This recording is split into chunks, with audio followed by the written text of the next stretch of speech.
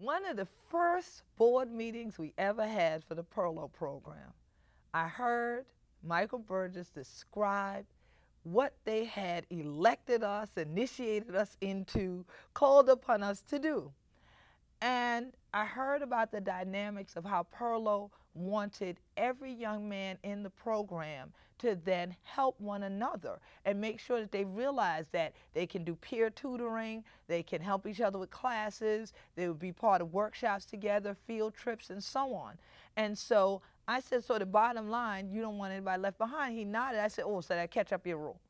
And since he ain't cracky teeth like this year, and I understand. So because he didn't speak our language, he was like, okay, what? I don't understand. So I said, catch up your roll.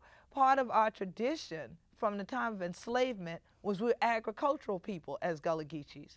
And so I may go ahead of you in the field because maybe I can pick whatever it is. Let's say it's tomatoes, because most of we done pick tomatoes. So I might be able to pick tomatoes and have 2 bushels and you still working on 1. So quite naturally, if we each start at the beginning of what we call the head of the row together, I mean, we start at the end of the row and we're trying to make our way to the head of the row together, you are way behind and I'm already finished. Well, I don't leave you and just go start on another row past you and go about my business.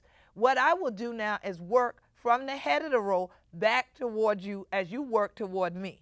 When we meet up, give you your stuff, now I go on to the next row. So we call it catching up your row. So that this way everybody is working together and we all can conclude together, and at the end, everybody can eat together. And that's what it's always about.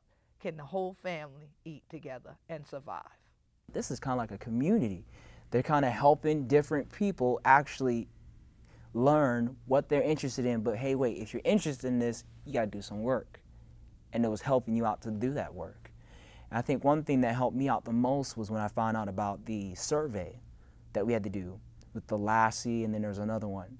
And I didn't know that actually doing those, it helped me figure out more of where to center my major in, so that when I end up transferring off to a different university, I'll know in which straight direction to go to.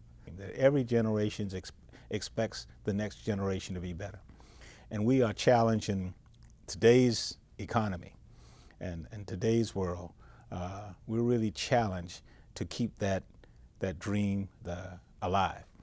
It is very difficult, and that's why education becomes even more important now. Like the workshops that we having about different type of cultures and stuff like that, that help me better understand my community, something I didn't know about, you know, something I didn't look into. Because sometimes when you grow up, you don't think about looking to your background. You know, the way you was raised, you figure that you know everything you got to know.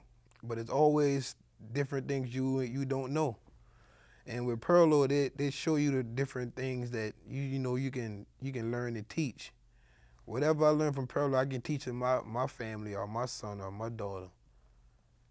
It's like a lifetime experience.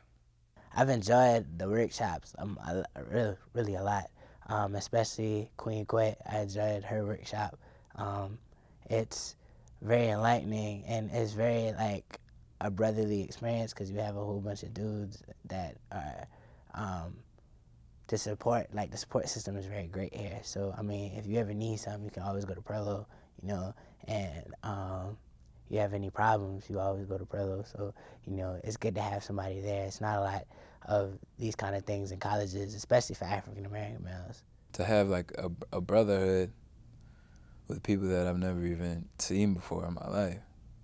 You know, just to be able to walk in and join a program and connect with other African-American males in a similar situation as I. And to be able to, you know, go to these workshops and understand from people who have been through a lot and have a lot to, you know, teach me. If there was that support system like Perlo in every other school, I think a lot of African-American males will climb and strive to achieve their goals. Taking a look at the individual, see what you have, where you are, and try to fill in the gaps.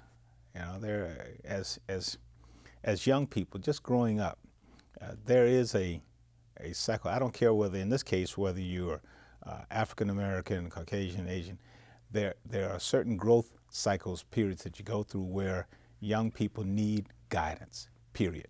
I think the more people that we met in each workshop, the more connections were getting added. And as long as you took the initiative to make yourself known, and that they saw that you were serious about promoting integrity, leadership, academics, and culture understanding, then they were going to help you out.